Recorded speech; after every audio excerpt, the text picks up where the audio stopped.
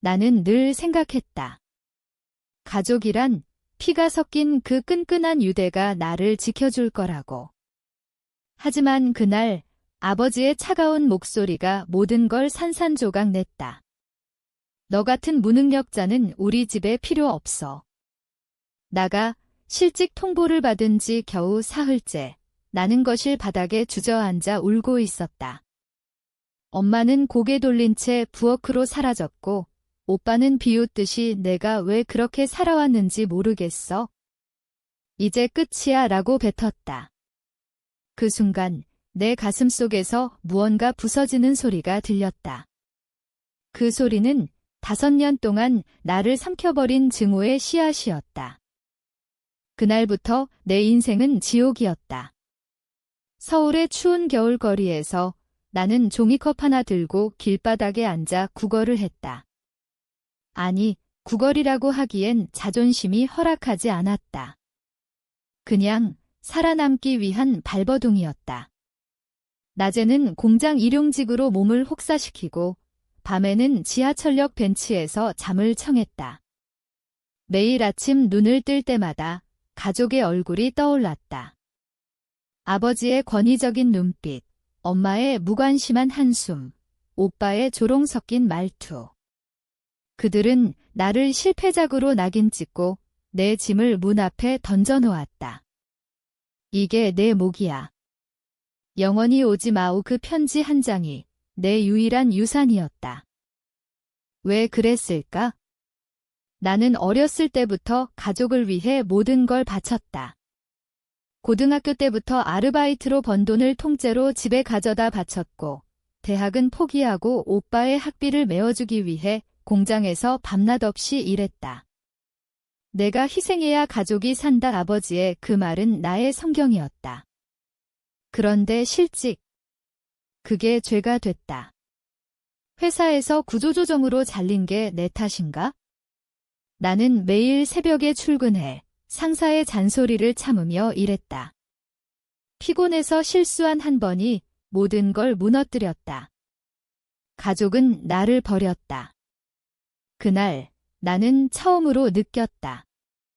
사랑이란 조건에 달린 환상일 뿐이라고. 시간이 흘렀다. 첫 번째 해는 생존의 해였다. 나는 청소부로 일하며 작은 원룸을 얻었다. 그곳은 곰팡이 핀 벽과 삐걱대는 침대가 전부였지만 적어도 내 것이었다. 매일 거울을 볼 때마다 그들의 얼굴이 스쳤다. 너는 왜 그렇게 약해? 오빠의 목소리가 귓가에 맴돌았다. 나는 이를 갈며 일했다. 더 열심히, 더 독하게. 두 번째 해, 나는 야간 대학에 들어갔다. 컴퓨터 공학을 전공하며 프로그래밍을 배웠다. 낮에는 택배 기사로 뛰고 밤에는 책상에 엎드려 코드를 짰다. 피가 눈에서 떨어질 듯 했지만 포기할 수 없었다. 그 포기라면 그들의 승리였다. 세 번째 해, 나는 첫 직장을 얻었다. 작은 IT 스타트업에서. 월급은 적었지만 자유였다. 그곳에서 나는 배웠다. 세상은 가족이 아니라 내가 만든 네트워크로 돌아간다는 걸. 동료들은 나를 강인한 녀석이라고 불렀다. 그 말 한마디가 나의 상처를 조금씩 아물게 했다. 하지만 밤이 되면 악몽이 왔다.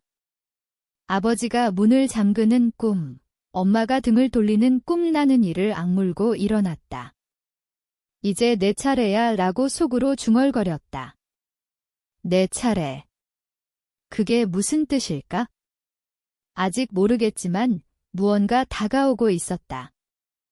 네 번째 해, 나는 승진했다. 프로젝트 매니저가 됐다. 돈이 모였다. 충분히 내 집을 살 만큼. 서울 외곽의 아파트, 작지만 깨끗한 그곳을 사는 날, 나는 창밖을 보며 웃었다. 이게 내가 내게 준 선물이야. 가져가. 하지만 웃음 뒤엔 텅 빈 가슴이 있었다. 홀로 성취한 기쁨은 왜 이렇게 쓸쓸할까? 나는 친구를 사귀기 시작했다. 진짜 친구들, 나를 버리지 않을 사람들. 그들과의 대화에서 나는 처음으로 내 이야기를 털어놨다. 가족이 나를 버렸어. 그 말 후 눈물이 흘렀다. 그들은 안아주며 말했다. 넌 강해. 그게 내 무기야. 5번째 해, 그날이 왔다. 출근길에 내 아파트 앞에 낯익은 얼굴들이 서 있었다. 아버지, 엄마, 오빠. 그들은 늙고 초췌해 보였다. 오빠의 눈가엔 주름이 깊게 패여 있었고 엄마의 손은 떨리고 있었다. 아버지가 앞으로 나서며 말했다. 이 집, 우리 거야. 내가 어떻게 샀는지 모르지만 법적으로 우리 이름으로 되어 있어. 나는 순간 멍해졌다. 어떻게? 내 이름으로 계약한 건데? 오빠가 휴대폰을 내밀며 웃었다. 변호사 통해 확인해봤어.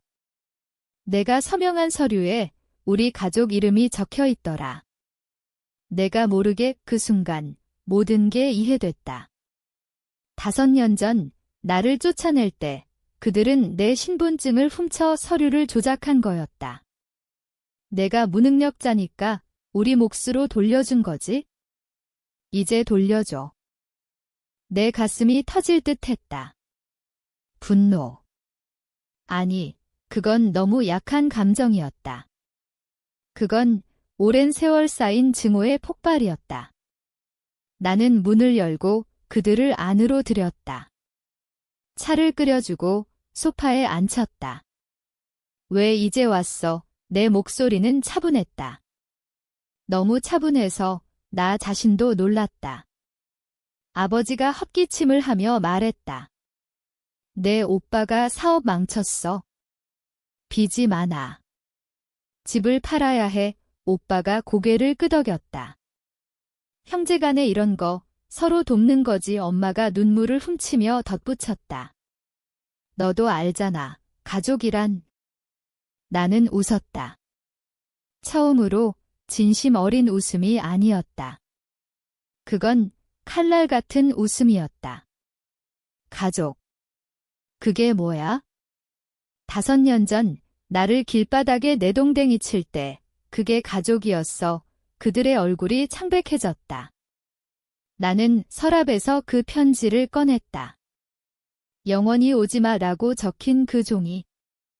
이게 내 가족의 사랑이야. 오빠가 벌떡 일어났다. 얘야, 이 새끼가. 내가 뭘 안다고. 하지만 아버지가 제지했다. 들어봐. 우리는 미안해. 미안. 그 단어가 내 귓가를 스쳤다. 하지만 너무 늦었다. 나는 창가로 가서 도시의 불빛을 내려다봤다.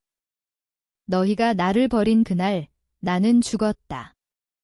그리고 다시 태어났어. 이 집은 내 피와 땀으로 산 거야. 너희 이름. 그건 사기야. 변호사 불러. 싸워보자. 그들의 눈에 공포가 스쳤다. 오빠가 중얼거렸다. 너 어떻게 그렇게 변했어? 나는 돌아보며 말했다. 너희가 가르쳐준 거지? 생존을. 그날 밤 우리는 변호사를 불렀다.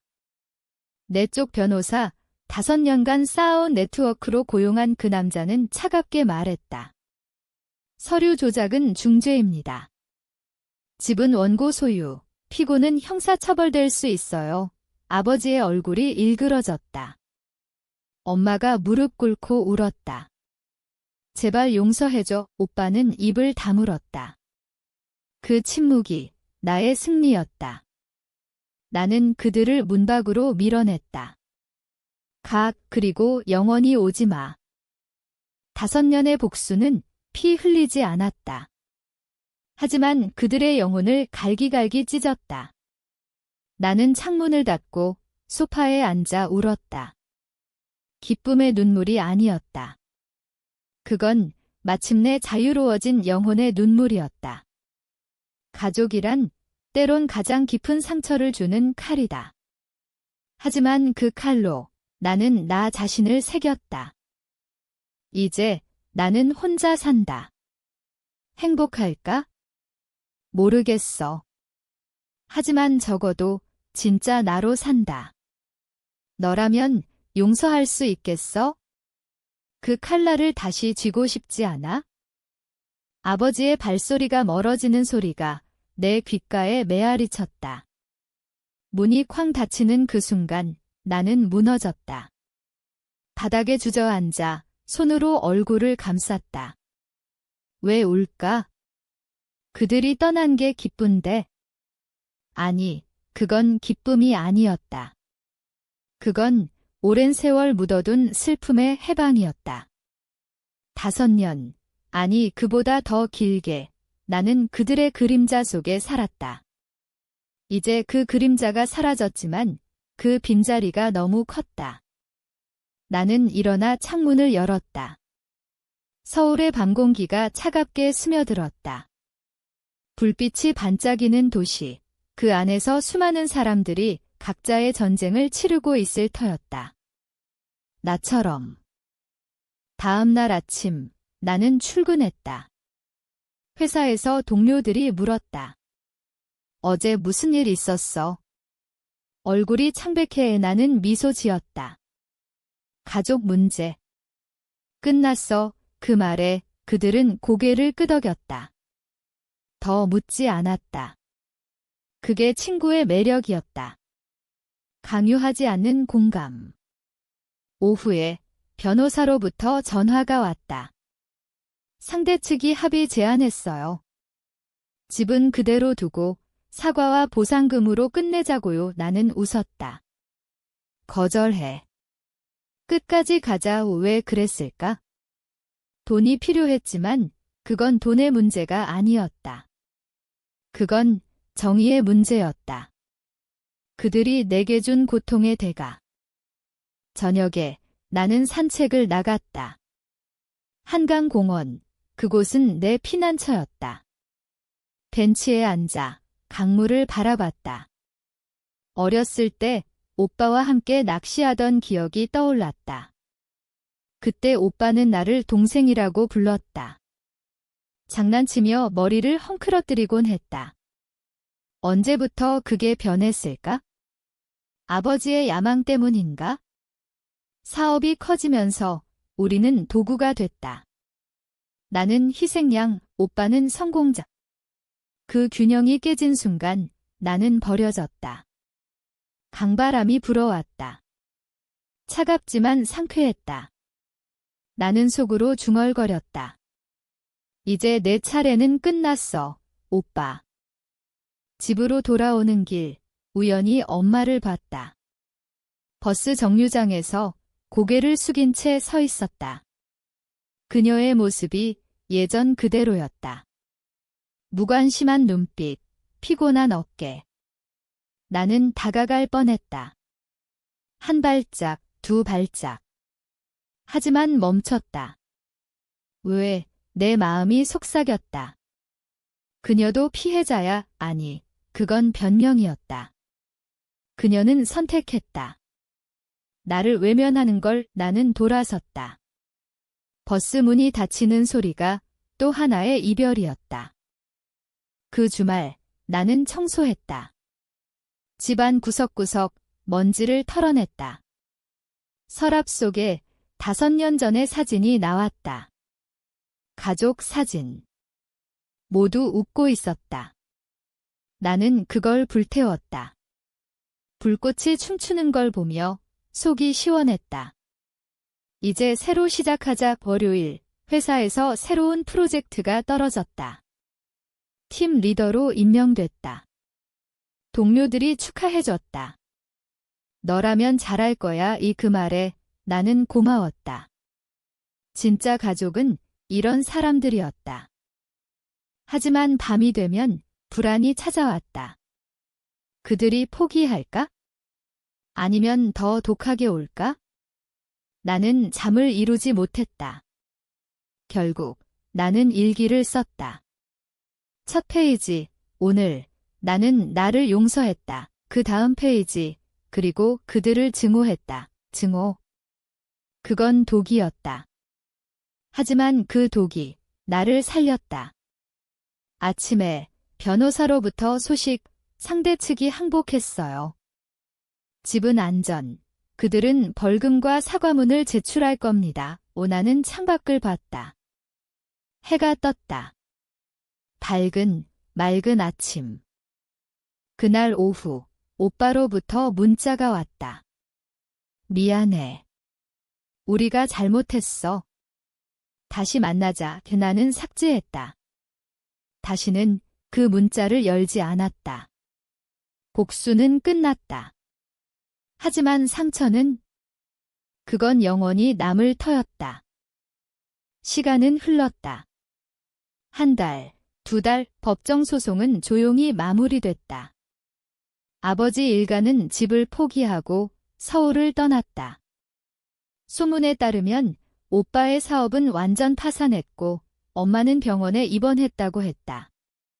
나는 그 소식을 들으며 아무 감정도 느끼지 않았다. 텅 빈, 차가운 무감각. 그게 승리의 맛인가? 아니, 그건 자유의 무게였다. 이제 나는 혼자였다. 진짜로. 회사 생활은 바빠졌다. 프로젝트가 성공하며 나는 부장으로 승진했다. 연봉이 2배로 뛰었고 동료들은 나를 존경했다. 김 과장님, 어떻게 그렇게 단단하세요? 한 신입이 물었다. 나는 웃으며 대답했다. 아픔이 가르쳐졌지. 그 말에 그는 고개를 끄덕였다. 우리 팀은 가족 같았다. 매주 금요일 맥주 한잔하며 웃고 떠들었다. 그곳에서 나는 처음으로 사랑을 느꼈다. 아니, 우정을. 지은 씨, 내 파트너는 특히 가까웠다. 그녀의 미소가 내 상처를 어루만져줬다. 어느 가을날 우리는 데이트를 했다. 아니, 그냥 산책이라고 불렀다. 한강에서 그녀가 물었다. 가족 얘기 더 해줄래? 나는 망설였다. 하지만 그녀의 눈빛이 나를 풀어놓게 했다. 그들은 나를 버렸어. 그리고 돌아왔어. 하지만 너무 늦었지. 그녀가 내 손을 잡았다. 넌 강해. 그게 내 매력이야. 그 순간 내 가슴이 따뜻해졌다. 오랜만에 느껴보는 순수한 온기. 집에 돌아와 나는 거울을 봤다. 내 얼굴에 주름이 생겼다. 29, 아직 젊지만 5년의 고난이 새긴 흔적. 나는 미소 지었다. 이게 나야. 그날 밤 꿈을 꿨다. 가족이 다시 오는 꿈. 하지만 이번엔 내가 문을 열지 않았다. 그들이 울며 애원했지만 나는 등을 돌렸다. 깨어났을 때 땀이 흥건했다. 하지만 두려움은 없었다. 그 꿈은 마무리였다. 겨울이 왔다. 크리스마스 이브, 지은 씨와 함께 불꽃놀이를 봤다. 하늘에 피어나는 불꽃이 내 마음을 밝혀줬다. 올해 목표는 그녀가 물었다. 더 나답게 사는 것. 나는 대답했다. 그녀가 웃었다. 이미 그러고 있잖아. 이 집으로 돌아오는 택시 안. 나는 창밖을 봤다. 눈이 내리고 있었다. 하얀 눈송이 모든 걸 덮어버리는 듯 했다. 새해 첫날 나는 결심했다. 과거를 묻어두자. 하지만 그 무덤은 영원히 열리지 않을 터였다. 직장에서 새로운 인턴이 왔다. 그의 이름은 민준. 23, 나처럼 야심차 보였다. 나는 그를 챙겼다. 실패해도 괜찮아. 그게 성장이지. 그는 고마워했다. 그를 보며 나는 과거의 나를 봤다. 버려진, 하지만 다시 일어선 나를. 봄이 왔다. 벚꽃이 피는 길을 걸으며 나는 편지를 썼다. 가족에게 보내지 않을 편지. 너희 덕에 나는 태어났다. 진짜 나로 그 편지를 찢으며 나는 자유로웠다. 이제 내 인생은 내 것이었다. 하지만 가끔 밤에 그들의 얼굴이 떠올랐다. 후회하는 눈빛. 그게 나의 유일한 복수였다. 여름 더위가 기승을 부리던 그 무렵 예상치 못한 소식이 왔다. 오빠로부터의 전화. 번호는 저장된 적 없지만 목소리로 알았다. 형 아니, 동생아. 제발 한 번만 만나자. 엄마가 아파 그의 목소리는 떨리고 있었다. 예전에 그 오만한 톤이 아니었다. 나는 전화를 끊었다. 하지만 마음이 흔들렸다. 엄마. 그녀의 얼굴이 스쳤다. 나를 안아주던 어렸을 때의 그 따뜻함. 하지만 그 기억은 배신으로 물들어 있었다. 나는 지은 씨에게 말했다. 가족이 연락 왔어. 그녀가 조용히 물었다. 갈 거야. 나는 고개를 저었다. 모르겠어. 그날 밤 나는 잠 못 이루고 뒤척였다. 왜 나를 괴롭히는 거지? 아침에 나는 병원으로 갔다. 혼자. 엄마의 병실 앞에서 나는 멈췄다. 문 너머 그녀의 기침 소리가 들렸다. 나는 문을 열지 않았다. 그냥 복도 벤치에 앉아 울었다. 왜 나한테 이러는 거야? 내 속삭임이 빈 복도를 메웠다. 집으로 돌아와 나는 술을 마셨다. 처음으로 혼자서. 위스키 한 병, 목이 타들어갔다. 취기가 오르며 추억이 쏟아졌다. 아버지의 채찍 같은 말, 오빠의 질투 어린 시선, 엄마의 침묵. 그 모든 게 나를 만들었다. 나는 깨어났다. 머리가 지끈거렸다. 이제 그만. 나는 전화를 걸었다. 오빠에게. 만나자. 하지만 마지막으로. 카페에서 만났다. 오빠는 초췌했다. 눈 밑 다크서클, 손이 떨렸다. 고마워, 와줘서. 그는 말했다. 나는 차갑게 물었다. 엄마는? 암이야. 초기지만 비용이. 그는 고개를 숙였다. 우리가 잘못했어. 내 집 일도. 미안해. 나는 웃었다. 미안. 그게 다야. 그는 울었다. 부탁이야. 도와줘. 가족으로서. 그 단어에 내 가슴이 찔렸다. 가족. 그 환상. 나는 자리에서 일어났다. 가족. 너희가 가족을 죽였어. 나를. 문을 나서며 나는 던졌다. 엄마 치료비 보낼게. 하지만 너희와의 인연은 여기서 끝. 그의 울음소리가 뒤에서 들렸다. 나는 돌아보지 않았다. 집으로 가는 길, 비가 왔다. 차가운 빗방울이 내 뺨을 적셨다. 슬픔. 아니, 해방이었다. 그 후 나는 돈을 보냈다. 익명으로. 더 이상의 연락은 없었다. 지은 씨가 안아주었다. 잘했어. 내 선택이야. 그녀의 품이 내 피난처였다. 가을이 깊어지며 우리는 더 가까워졌다. 그녀의 고백, 사랑에 나는 받아들였다. 나도. 겨울, 결혼 소식을 알렸다. 아니, 그냥 우리 둘만의 약속. 가족은 없었다. 하지만 그게 좋았다. 새해, 우리는 여행을 갔다. 제주도, 바다 앞에서. 파도 소리가 모든 걸 씻겨줬다. 미래는 어때? 그녀가 물었다. 우리의 거야. 나는 말했다. 이제 나는 평화로웠다. 하지만 가끔 엄마의 기침 소리가 들리는 듯 했다. 그 소리가 나의 마지막 족쇄였다. 시간은 무자비했다. 결혼 생활은 달콤했다. 지은 씨와의 일상, 아침 커피, 저녁 산책. 그녀의 배가 부풀어 오르는 걸 보며 나는 아버지가 됐다. 우리 딸, 수아.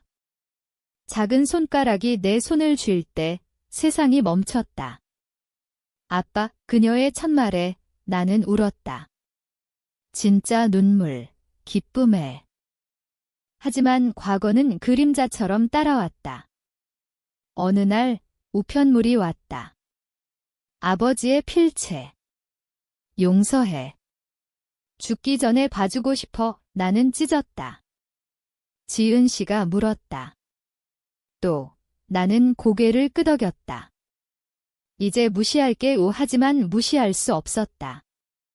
밤에 악몽이 왔다. 아버지가 쓰러지는 꿈. 나는 깨서 그녀를 안았다. 괜찮아. 응, 그냥 미안한 마음이. 직장에서 나는 더 바빠졌다. 팀을 이끌며 성공을 거뒀다. 상사들이 칭찬했다. 김 부장, 모범이야. 그 말에 나는 과거의 나를 생각했다. 길바닥에 앉아있던 그 녀석. 이제 그는 리더였다. 수아의 미소가 내 동기였다. 그녀를 위해 더 열심히. 여름 휴가, 우리는 가족 여행을 갔다. 아니, 우리 가족. 바닷가에서 수아가 모래성을 쌓았다. 아빠, 이거 우리 집이야. 그녀의 웃음에 나는 웃었다. 하지만 그 집이라는 말에 가슴이 아렸다. 5년 전에 그 집 지은 씨가 속삭였다. 지금이 행복이야. 가을, 소식이 왔다. 엄마가 돌아가셨다. 오빠의 문자를 통해. 장례식 올래 나는 갈까 말까 고민했다. 지은 씨가 말했다.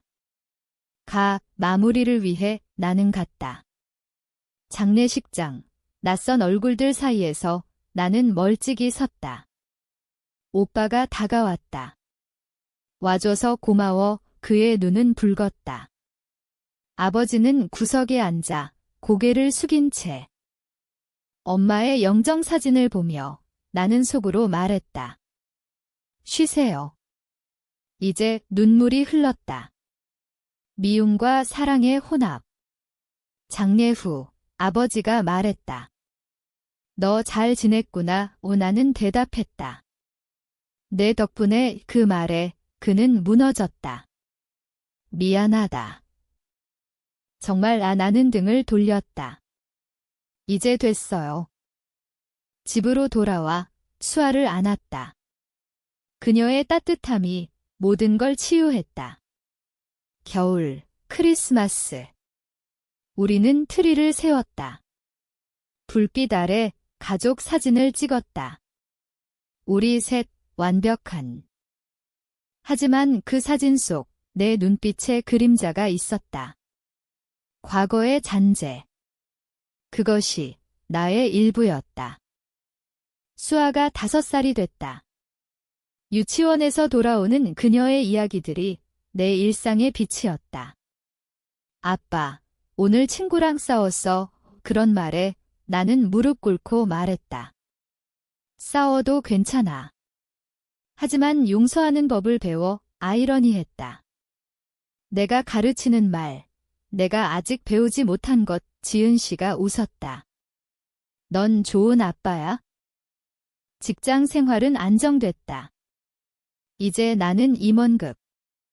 회의실에서 젊은 직원들을 이끌었다. 실패는 끝이 아니야. 재기의 기회집. 내 강연에 박수가 터졌다. 그 순간 나는 자랑스러웠다. 길바닥에 그 녀석이 여기까지 왔다. 하지만 성공에 이면 외로움이 있었다.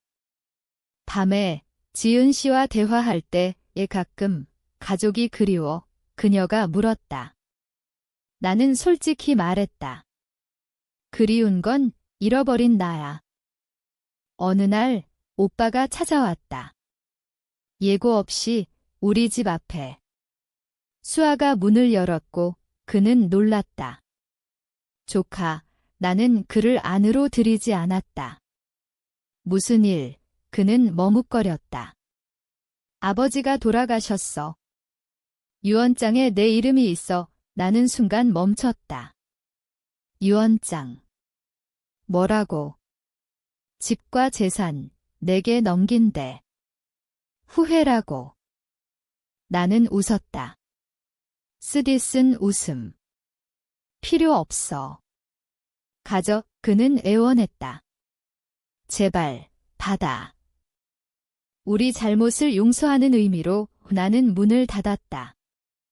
용서는 이미 했어.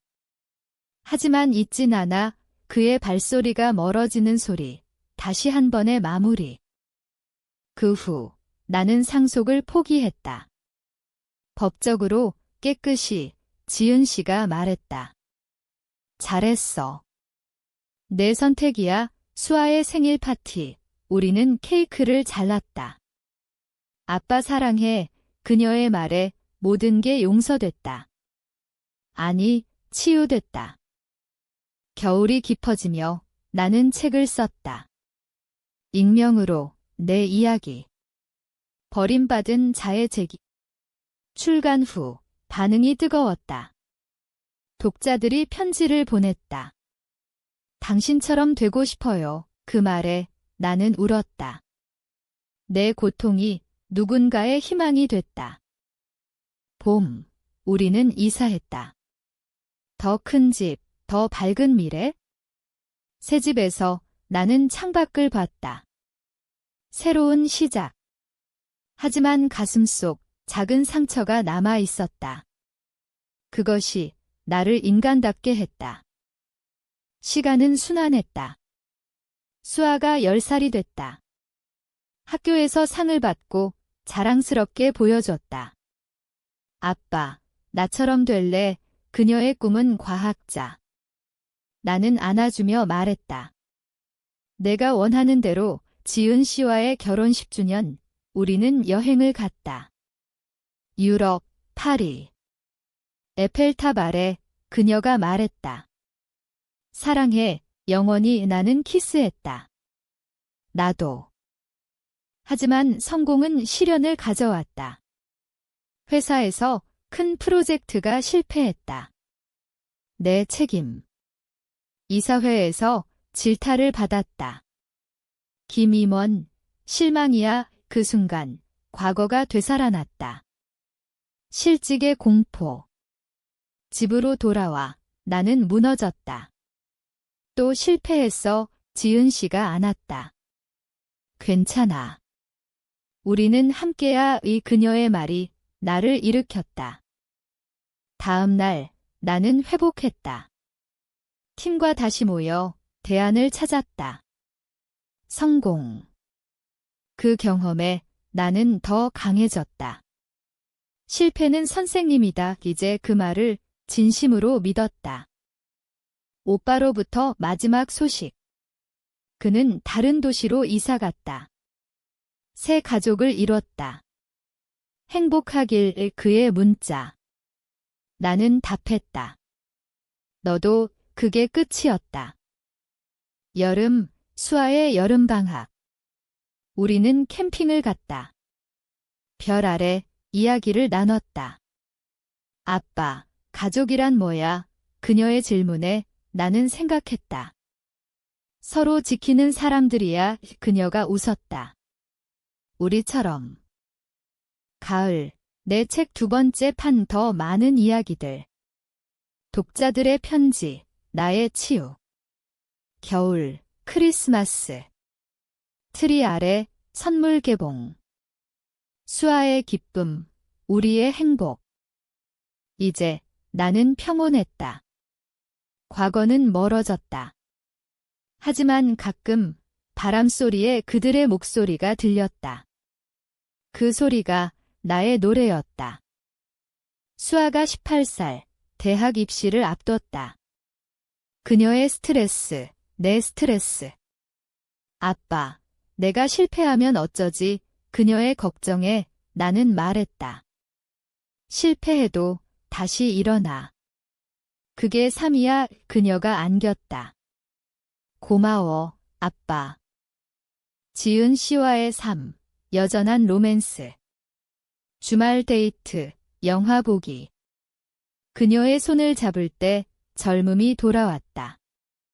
직장에서 나는 CEO가 됐다. 회사의 성장, 내 자랑. 하지만 그 자리, 외로움도 컸다. 밤에 창밖을 보며 생각했다. 이게 내가 원한 걸까? 어느 날 옛 동료가 찾아왔다. 내 이야기 책으로 봤어. 영감됐어. 우리는 술을 마시며 웃었다. 과거를 공유하는 그 시간, 소중했다. 봄, 수아의 입학. 서울대, 과학과. 그녀의 눈물, 내 눈물. 아빠, 해냈어. 졸업식 날, 나는 연설했다. 아니, 그냥 속으로. 내가 해냈어. 여름, 가족 여행. 해외, 하와이, 해변에서 우리는 웃었다. 가을, 내 퇴직 계획. 새로운 도전, 강연자. 겨울, 명절. 우리만의 명절, 따뜻함. 이제 삶은 순했다. 하지만 깊은 곳, 그 상처가 빛났다. 보석처럼. 늙음이 다가왔다. 지은 씨와의 은퇴 생활 여유로웠다. 정원 가꾸기, 책 읽기. 수아의 결혼, 손주 탄생. 할아버지, 그 작은 목소리에 삶이 완성됐다. 과거는 희미해졌다. 하지만 꿈에 가끔 그들이 왔다. 용서했어. 나는 대답했다. 그래. 마지막 가을, 나는 편지를 썼다. 가족에게 보낼 편지. 고마워. 너희 덕에 나는 살았어. 보내지 않았다. 그냥 내 마음속에. 겨울, 눈이 내렸다. 창가에 앉아 나는 미소 지었다. 삶은 복수로 시작해 사랑으로 끝났다. 이제 나는 홀로 앉아 있다. 지은 씨의 빈자리, 수아의 먼 목소리. 삶의 끝자락에서 나는 묻는다. 가족이란 무엇이었을까? 아픔, 사랑. 어쩌면 둘 다 언어라면 그 칼을 다시 줄 텐가? 아니, 놓아줄 텐가? 그 선택이 영원한 숙제다.